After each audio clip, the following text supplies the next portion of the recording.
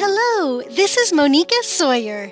Welcome to Real Estate Investing for Women, where we focus on all aspects of real estate investing, including strategies, mindset, emotional mastery, money smarts, and so much more to ensure your success. If you'd like to learn my personal favorite investing strategy, just go to blissfulinvestor.com. You can also listen to this episode on the Real Estate Investing for Women podcast on iTunes. Now, let's welcome our guest. Today, I am so excited to welcome to the show my friend Thom Singer. He is an advisor to executives, a speaker, and content creator. After a successful career in sales and marketing, he became a growth leadership speaker in 2009. A decade later, he has brought his high-energy presentations and action-oriented content to over 950 audiences. He is the author of 12 books and is the host of 2 podcasts, Cool Things Entrepreneurs Do, which I have been on, yay! And the Digital Enterprise Society podcast. On these shows, he has interviewed over 550 business leaders and others with a focus on discovering how the most successful people get farther across the gap between potential and results. He and his wife make their home in Austin, Texas, and are the parents of 2 highly spirited daughters. Hello there, Thom. How are you? Hi, Monica. I am great because I'm here on your show. Yay!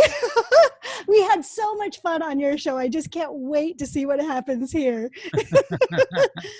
So one of the things, ladies, I wanted to tell you about Thom is he is a very compassionate person. He's very business focused, but he brings compassion and his heart to business.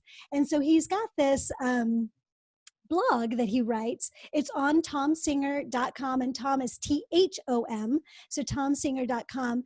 And he writes these amazing articles about how to stay connected, how to bring your heart to business, as well as a lot of different topics. And one of the articles that he wrote one day, and I loved it, was about a term he's coined called social tightening. And because right now, what everybody is going through with the coronavirus, I wanted to talk specifically about that and how we can help our relationships to thrive and fill our hearts back up if we're feeling lonely. So Thom, talk to me a little bit about social tightening. Start by defining it. Well, about a month ago, this term social distancing started coming up on all the newscasts and all the articles that you read, because this was going to be the way that we were going to flatten the curve and be able to stop this virus. And then some people were stepping up going, wait, social distancing doesn't right. It's physical distancing.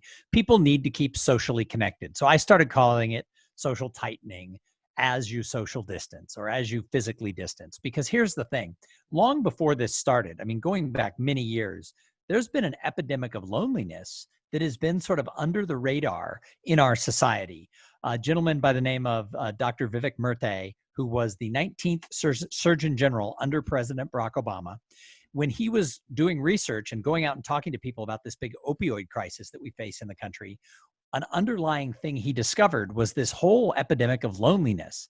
And he wrote an article 2 years ago for the Harvard Business Review, and it really spoke to me because I go out and teach people how to connect, and there's always people at conferences who just don't feel connected to that conference, to their coworkers, etc. So long before we had to stay at home, there were already 20% of our population felt lonely. And I got really concerned that this is just going to get worse during the month, 2 months, 4 months, however long we have to do this. It's so interesting because you and I were at the airport down in San Diego after New Media Summit, and you were talking about when you're at a conference, one of the things that you talk about is this whole idea of social media versus networking, right? Like people, actually, could you tell me a little bit about what you told me then? It so impacted me. Well, I think that we have forgotten over the last decade that a like, a link, a share, or a follow does not equal a human relationship. Just because you're connected to someone on Twitter doesn't mean they ever log on and look at anything you say. It used to be, I talked to a person who worked in technology years ago, and he said, here's the thing. Email is a best effort communication tool. Just because I send you an email, I don't know that it got there, and I don't know that you ever read it. And even if you open it, I don't know that you read it. So as much as we rely on email, it's always stuck on me that it's only a best effort communication tool. Well, then social media came in and, everybody's broadcasting everything. Everything is, on Twitter, they're going live to all their friends and they're putting up fancy pictures of them, making Kardashian faces or whatever. But the problem is that once I put something on Facebook or whatever medium, I assume that everyone who knows me has seen it, but there's two problems. That person may have paid no attention, or the algorithm of LinkedIn, Facebook, Twitter now decides who sees what we post, and it's only like 10% of the people who follow you. So a couple of years ago, before the algorithms had even taken over, I was talking to a friend of mine, and I said to her, a friend from high school, and I said, "How's Lisa?" which is her best friend from high school. And she goes, "Oh, thanks for asking," and goes into this whole thing. And I'm like, "What are you talking about?" Well, Lisa's dad had been killed in a hiking accident 3 weeks earlier. Wow. And I'm like, "I had no idea." And she goes, "Well, it was all over social media." Well, I had been on a European vacation and didn't check Facebook for 2 weeks. So when I had logged on, it had all died down amongst all of our friends. So I never knew. Nobody ever thought to call or to email or to text because it was put on Facebook. And that was years ago. And I learned right away that that is worse than a best effort communication. That's a crap communication. So we think that social media is networking, but really we have no idea if it's landing with anybody, as opposed to if you're face to face and we have a conversation in the bar, I'm pretty sure you heard me if we're standing there. So we can't treat them as the same thing. And we have to get back to this whole idea of personal interaction with people, whether it's digital or live. So my motto through this whole Corona crisis has been more personal / less broadcast. So let's talk about that. So let's talk specifically about social tightening and what that really means, and what are some strategies we can use to get closer. Well, I think while we're living in this era, and it's going to be with us for a while, where we have to at least, right now we're all on lockdown, but soon it might be partial lockdown.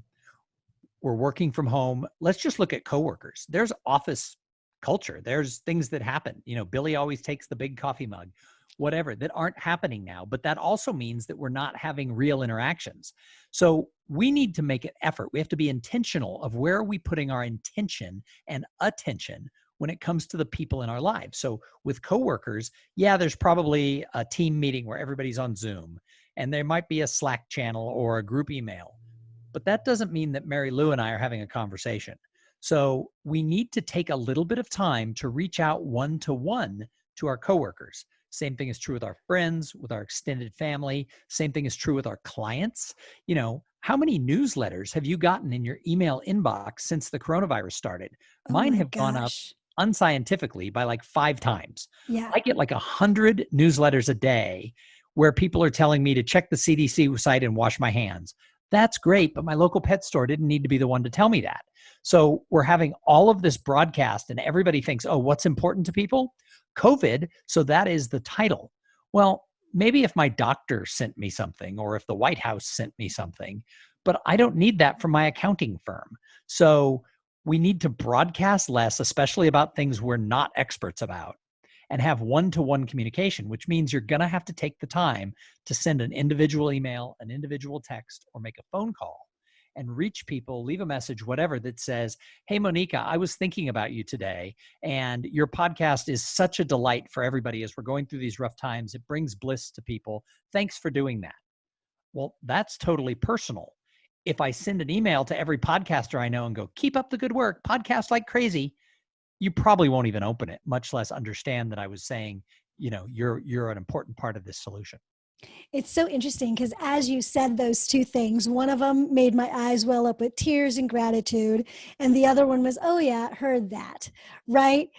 So just the emotional reaction. I don't know, ladies, if you felt what that difference was like, but it's so true, right? My email box has ballooned from 1,000 emails a day to 3,000 emails a day. That's about right. 3 to 5 times more is what I think Yeah. is happening. And I can't keep up with it all. So much more is falling through the cracks. I feel like I'm working harder, feeling less satisfied, so there's this weird thing. So instead of being part of the problem, which it is now, become part of the solution. Like make your make someone's inbox their friend again, right? But whether you do email or not, and I'm actually not encouraging that. I love the idea of doing texting, personal phone calls, even if it's to leave a message. On Facebook, you can do Messenger, right? So you can still The do direct message on all of the, all of them on have all of medium. them. That's right. On Facebook, on Instagram, LinkedIn, whatever you're using, you can do personal stuff. And I am getting personal stuff there. I actually did get a message just like what you said, Thom, in Instagram the other day. They're like, oh, thank goodness that you've pivoted and done a little bit more about Bliss right now. We really need that. So it was great. It was it was good feedback for me, and it keeps me going, keeps me juiced, right? So what can we do for each other? And I just love that because you're so business focused, that you're taking a look at sort of the whole balance of it, right? In our families, with our friends, in business, how can we pivot with all of those people? And one of the things, you actually gave us all an exercise, I think, while we were at New Media Summit. Can you tell us about that? I loved it. I've been doing it. It's been amazing. I don't remember. Okay, good. What did I say? Let me tell that. Really, I'll tell you about it if you remind me what the exercise was. That was too broad. I know. I'm such an expert at this. So what you told us was to send 5 personal messages a day. Yeah, absolutely. And I've narrowed it down since then to 3 because 5 freaked people out. So I've been telling everybody, just reach out every single day to 3 people, because here's the thing. There's a thing called the Dunbar curve, and some of your listeners may have heard of it.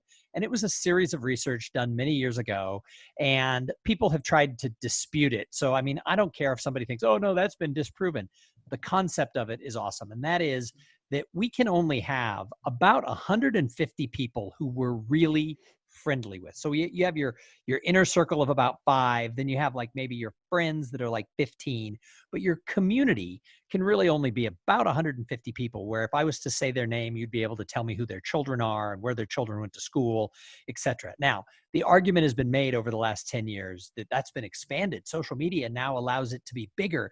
And, I had somebody say, oh, my extended community is 30,000. No, bullshit. Excuse my language. No, it's and if it is, then you're the outlier. So using 150 people who can be in your circle of friends and associates, and they actually took this back to like ancient times. Villages used to be about 150 people. When the village would get larger, it would split in half. And some people would move away because it just gets too big to handle. So your personal brain is wired for about 150 people. I don't care if you're in sales or if you have online courses or if you have a podcast. You might have a mailing list with 5,000 or 50,000 or more people on it, but you don't know who those people are. And during this crisis, blanket mailing people you don't know isn't what those people need. I don't care how brilliant you think you are. They don't need another newsletter from you. However, the 150 people who know you, know your kids' names, not because they've heard you say it on a podcast, but because they've had dinner at your home, or your paying clients or past clients who you have, if you're a coach, the people you used to coach, who you were part of their life for a year on that monthly call, those people probably need to hear from you. And if you narrow it down to who are my 150, you could follow up with all of them every month by doing 3 to 5 a day. I love that. 3 to 5 a day. Yeah. 30 days. That could be 150, right? 90 to 150. And some people might say, well, my list is smaller. Some people, okay, your list is bigger. Then put a little thing. Who are my 150 favorite people? Mm-hmm. And you can get it to 100. Those are the people who need to hear from you. And to get that email saying, I was thinking about you today and I care. Those are the people who are going to say, wow. Whereas if you scraped a lot of people scrape emails from the National Speakers Association, and they think they're so smart because they'll email like, oh, I have this product I sell to speakers. We all go into back channel talk going, has anybody heard from this? Yeah, I never heard from them before. Oh, I got the same email today. And, we know when it's a random thing trying to sound personal. You scraped my email off a website. I get it. However, if I really know you, if you're one of my college fraternity brothers and you reach out and say, hey, I realize that the speaking and meetings business has been hit harder. I was just thinking about that today. You're my only friend who's a professional speaker. My heart goes out to you. I hope your family's okay. Am I going to stop and feel as a human? Yes. And you know what? That happened today.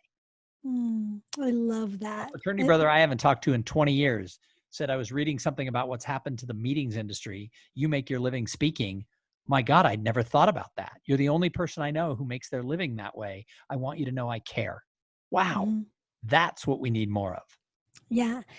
It's because there is a way, in the old world, when we weren't, Back in the olden days, right? When we didn't have so much contact with each other through social media and email and all that stuff, we used to write letters, right? We used to send each other notes. When the phone came along, we used to make phone calls, right? And a lot of that has gone away for a lot of reasons. Part of it is we're so overwhelmed with all the things now that we're supposed to be doing and that's expected of us socially. But the other piece is we've also got comfortable not having to do those things, right? Some of the things that I'm really loving is I'm getting personal cards from people with pretty pictures that make me feel good, and the phone calls and the texts and these sorts of things. Monique, I was just thinking about you, that sort of thing. The handwritten note is so valuable. Imagine if a client got a handwritten note that said, just want you to know that I'm here for you when the world returns to normal. Blah, blah, blah, not trying to sell anything, just helping and checking in. I mean, helping and checking in is the new selling. If you want to be remembered when the economy comes back, don't be cramming down, buy my coaching program today. Be doing the other. But I want to go back to something you said, because I think it's a perfect analogy. So let's go back 15 years, 20 years before we had email, everything was a broadcast, right? There were broadcast companies like CBS and NBC and the radio stations. Humans had to be personal because we couldn't broadcast to everybody. But there was one way people did used to broadcast, and that was, remember the Christmas letter? Oh, yes, I get do. A Christmas card, and somebody had typed out a letter, dear blank, and they'd handwrite your name into it, dear Monica. And then they would photocopy both sides, maybe with some clip art of a Santa Claus in a tree. And they would go through and they would broadcast their year. Oh, we were so fortunate. We went to the Grand Canyon, and then my husband won the trip to Hawaii, and we got to go there. Our room had a view of Diamond Head. Who loved getting Christmas letters? Not very many people, because they weren't personal, and they never talked about your true life. It never said, it would say like, oh, this year my son Johnny found a way to get free lodging. That translated to Johnny's in prison, but nobody ever wrote that Johnny was in prison. They flowered it up that Johnny's got free lodging for 3 to 5. Yeah. Yeah. It's so funny that you say that. I still do get Christmas letters now. Rare. And what's so comical about it is rare. I get like 3 a year. What's comical about that is, in the old days, I used to be like, I felt like I was reading a report. Like I had to read everybody's stories so that I could keep up with everybody. So it felt like an obligation. Now I get them. I'm like, hey, look. The novelty, right. That's right. More of the novelty is that handwritten note that says, hey, and even if it's a typed email that just says something personal, I can tell if something is cut and paste too. Just because it says, Dear Tom, I was at a conference one time, and while on the plane, I was sitting with a bunch of people from the conference, and all of us got emails at once that said, Dear insert name. The mail merge didn't work. And they literally sent 1,000 people a note addressed to Dear insert name. And in the middle, it said, so as you know, insert name. They had 2 mail merges to make it sound personal, and all it did was prove that it wasn't personal at all because the mail merge failed. So let's go back to real thing. If Dear Monica, it was so much fun to be with you in San Diego, sharing the cab to the airport and having dinner together before our flights. I laughed so hard. I hope we can stay in touch. Means so much more than some mass produced broadcast. Right. Yeah. Like so nice to meet you at New Media Summit. You were light in the room. I look forward to keeping in touch. Right. Yeah, I could cut and paste that to everybody. Yeah. And I got about 50 of them. So you were the light in the room. Maybe all of those were personal. Maybe, who knows? I got them too. I thought I was the light in the room. I know. I'm so jealous. I have to share the stage with you. Anyway, that's such good tips. Let's talk a little bit about some connecting inside our homes. So, and this is what's happening, right? We're all stuck together. We look at each other, and initially we're like, hey, I get all this time with you. This is so amazing. And by now we're like, hey, could you go to another room? Right? It's like that meme where the woman posts the meme that says, this man is the love of my life. I now want to kill him after 3 weeks. Exactly. It doesn't mean that we don't love each other. It's just now we're kind of wanting to get back to our more normal rhythm. But because we're in the same space does not mean we're connecting. So let's talk about how to connect and how to disconnect, like how to create the space and then how to create the love, right? It's kind of like a dance, right? Where we have to create this wave in and out. So talk a little bit about that. So just talking from personal experience. So I have two daughters. One of them is out of college and engaged to be married and lives in Chicago. She and her fiance, they were supposed to be married May 16th. That date has been changed thanks to coronavirus. So their wedding is temporarily postponed. So in addition to spending 14 months of their lives planning a dream wedding, they are sequestered in a 700 square foot apartment in a high rise where there's no common areas open. So you have to stay in your own apartment in a city, they're in Chicago, on full lockdown. And my future son-in-law, his job has moved home. He has an important job and he's working 8 to 10 hours a day. So my daughter literally has to stay out of his way because he's got to use his brain. He's a mathematician. He's got to use his brain for what he's working on. So she literally has got like 100 square feet to go hide and her job has been canceled. So she's like, da, da, da, da, da. One of the things we did is every week we've been having a Zoom dinner with them. So we open up my Zoom room, they come in, they make dinner. We all are ready at 6:30 and the five of us sit down and have dinner together. And that has been a great way to keep in touch with extended family. In fact, I'm wondering why we haven't done this forever. Thank you. We get to have the meal. Like, we, as humans, we love to just break bread. And we're able to talk and laugh. And my wife and my younger daughter and my son-in-law say it's just like dinner around the table because my oldest daughter and I are big talkers and they can't get a word in edgewise. And they said, it's just like being in a restaurant with you. Tom and Jackie are stealing the conversation. So I'm not sure I'm proud of that, but that's what they said. So it was very real is the point. Mm-hmm. Within our sort of like our mini society here inside the house with our 18-year-old, I have a high school senior. And she and I have commented that at least she likes her parents because we are on lockdown. But my wife and I are very different. We both still have some semblances of jobs we have to run. We both work for ourselves and, we're not sure how much money we're making, but we've got things to do, but we operate differently. So I go into my office. She has her office. She has taken to wearing headphones and listening to music or a book on tape when she's not working. If she doesn't want me to be like because I'm much more of an extrovert and she is much more of an introvert. So we've agreed if she needs introvert time, headphones and music or whatever, because otherwise I'll just come in and start going like, hey, guess what I just read online. So we've set up sort of that parameter. But being an extrovert, I can't go forever without human contact. So I've been hosting a happy hour in my Zoom room. I've been inviting people to come get their beverage of choice and log on with me in Zoom. And I've been hosting anywhere from 8 to 12 people. I do a little bit of stand-up comedy. And so in Austin, I've been hosting the only ongoing virtual open mic night for the local comics. And I get about 18 people for an hour and a half every Tuesday night. And what's funny is a lot of them are young and single and live alone. They stay after it's over. They're like, do we have to hang up? Can we hang out instead? Yes, I'm a grown-up who wants to go to bed now because it's 10:30. But it's just doing that. And then within my daughter and my wife and I, we've sat down and had dinner together every night now for 3 weeks. We make dinner. I guess once we had restaurant catered in, but every night we make dinner and everybody comes and sits at the table, even if it's 20 minutes. And we have that human connection time. So I think the long answer to your question, there's a lot of ways to do it, but you have to have some structure and you have to appreciate, oh my gosh, she's an extrovert. She needs to be left alone. He's an introvert. He needs some human interaction, even if it's his friends online. And oh my God, she's 18. What a nightmare to be stuck with your parents for months on end. Right. So sort of that compassion for what everybody is going through. One of the things that I actually have trouble with this, and I've had to pay attention to this, is dinner time with David. We used to just go out to dinner. We created that as a pattern because when we would get home, he was interested in looking at the mail and I knew that there was all this cleaning that needed to do. So there was all this stuff that distracted us. And so we started just going out to dinner every night, which was great. And that doesn't sound bougie at all. No. we hit all the restaurants in Northern California. Well, only Sunday through Saturday. That's right. I am very, very grateful for the life I'm allowed to live. I will say that. I was gonna add in, when you don't have to send 2 children to super bougie colleges, you can eat at as many restaurants as you want.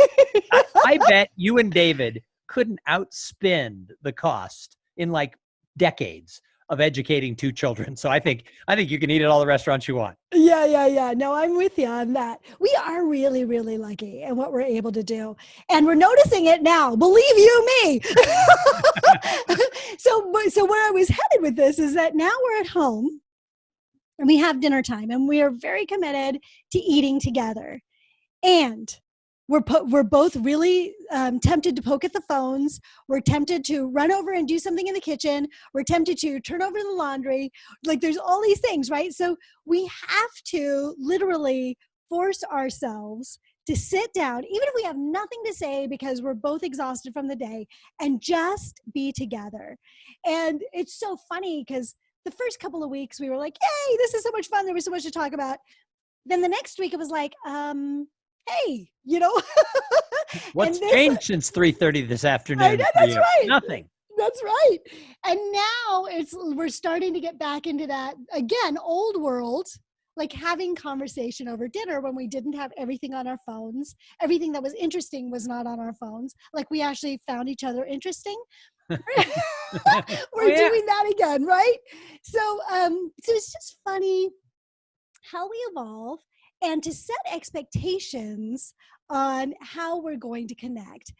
Sometimes people think, well, connections should be organic and fluid and, whatever. Well, if we left it to organic and fluid, then a lot of people would never find the business success that they find. I mean, networking and building, relationships that matter both personally and professionally don't happen by accident. I speak at a lot of conferences and there's a lot of meeting planners. I'll say, what are you doing to encourage great connections? People come to conferences for 2 reasons. Remember when we used to go to conferences? I mean, that was a thing. I do. People used to go into a ballroom and there'd like be 3 months ago. coffee, like Yeah. 4 weeks ago. Yeah. I know. Yeah, it seems like 3 months ago, I but it know. was literally 4 weeks ago. But the thing is sometimes meeting planners are like, oh, we've got a sponsor for open bar. And it's like, yeah, booze is not network. That is not a social lubricant like we think it is. In order to do this, you have to learn. Like the number one thing I teach people is you ask other people questions and then listen when they talk. And that's like, wow, Really?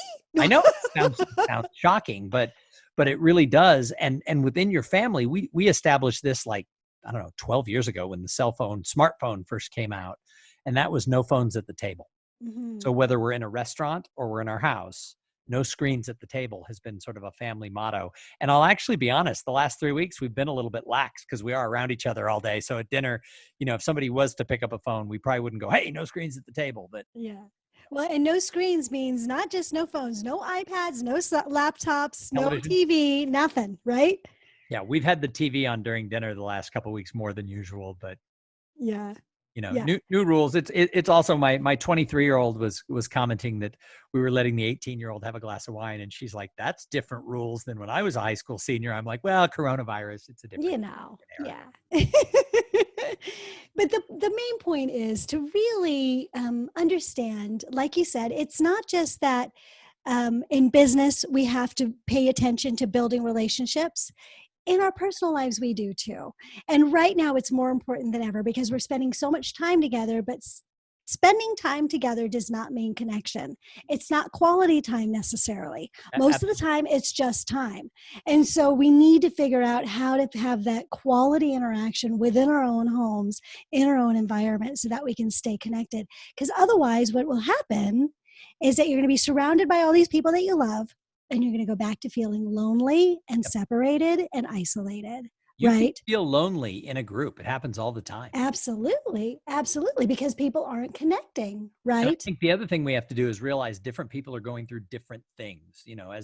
As a person who travels 100 plus nights a year, being home for months on end, it's, there's like this, I'm going a little bit stir crazy. Whereas my wife, who's a pretty serious introvert, having me gone 100 nights a year is now causing her to go a little bit stir crazy because I'm like right there and I don't pick up after myself the way it wouldn't happen if I was gone. And so I think you have to take into effect, how is this affecting her, not just me? And then we have a high school senior. I mean, the news is not covering this well enough. I mean, there's a couple of little stories here and there about brides getting married on their iPad, socially distanced from their fiance. I mean, that's, my daughter and her fiance chose to postpone till the fall, which hopefully it'll happen then. But they're not really covering these major life events like weddings, high school graduation, College graduations. college graduations. There are so many major life events that are being sort of swept under the rug. And I don't think as a society, we're giving them enough attention. And so in our house, I've tried, I'm sure I suck at it if you ask my daughter, I've tried to ask her, how are you feeling about this? How are you about this? Now, she got accepted into her first choice college. And so she has now a Facebook group with some other students who are new. So she has this community. It's been a little exciting. She's making some new friends. They're doing some Skype and some Zoom and stuff like that. But I'm at how are you feeling about that? I asked her, I go, how do you feel if school doesn't start in the fall? And her answer was, we're not talking about that yet. No, we're not going there. But these are things that I don't think as a society, we're doing a good enough job of saying, hey, I have to work from home. My speaking events are canceled. My income is cut to nothing. There's a lot of that being covered out there. Yeah. But there's not a lot about, what about these people who have non-monetary major life events? How are we honoring these people? And I don't know that we're doing a good job of it. Yeah. So, Thom, I don't know if you know this, but I have 2 sets of my show. There's the free show, which is this piece, and then we've got extra. And there's another article I want to talk to you about in extra. So we're gonna finish the show in a moment, but I'm gonna spring this on you and let my audience also know what's coming next. All right, but I can't wait for extra. I love things that are extra. I know, extra. Read all about. So in extra, I want to talk about the article that you recently wrote, and I'll admit I haven't read it, but about if you're wealthy, how to be compassionate for those who are not. And I'm really excited about that topic. So we'll talk about that next. Awesome. But for now, let everybody know how they can get in touch with you and hear more of your amazing advice. ThomSinger.com. That's THOMSINGER.com. Or Thom, THOM Singer on all the social medias. Awesome. Thank you, Thom. This conversation has been so wonderful. It's filled me up. Thank you so much for joining us. And ladies, thank you for joining Thom and I for this portion of the show. If you are subscribed to Extra, stay tuned. We've got more. If you're not, please do go sign up at realestateinvestingforwomenextra.com. Again, that's realestateinvestingforwomenextra.com. And if you're leaving us now, thank you so much for joining us. And I look forward to seeing you on the next show. And until then, remember, bliss is your birthright. Choose to live your bliss every single day. I'll see you next time. Bye. I hope you enjoyed today's show. If you'd like to download my favorite investing strategy, just go to blissfulinvestor.com. See you next time.